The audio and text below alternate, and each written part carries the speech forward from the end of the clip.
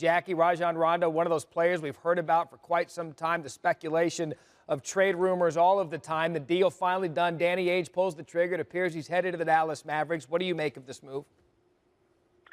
Well, I think if you're a Boston fan or following that Boston team, it was inevitable. Rondo was going to be a free agent at the end of the year.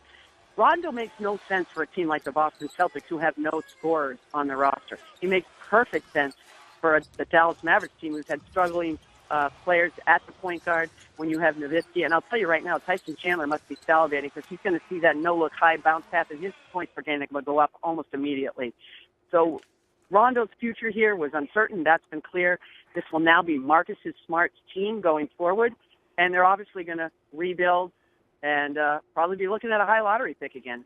Yeah, Jackie, was there ever a tipping point here with Rondo and Danny Ainge in this franchise? Seemingly every year we kept hearing Rondo's name over and over and over again. They bring in Brad Stevens, the young coach out of college. They seem to want to rebuild this thing for a couple of years now. What was the tipping point with Rondo and front office management?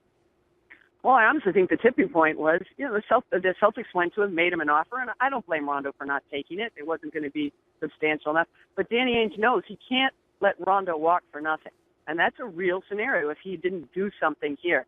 Rondo loves the Lakers. He loves the excitement of New York. Those are teams that were interested in him. I think he just realized, you know what? I got to get picks. You get a young player in Brandon Wright that you can start adding to your arsenal as a player you want to rebuild around. And I think the Ainge probably likes Rondo almost more than anybody.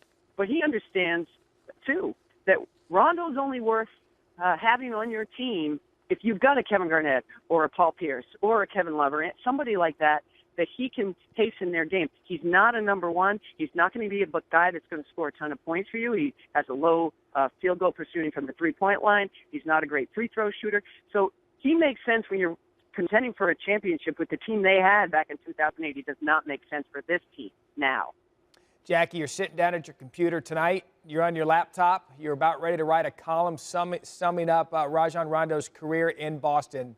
How would you sum up his time with the Celtics?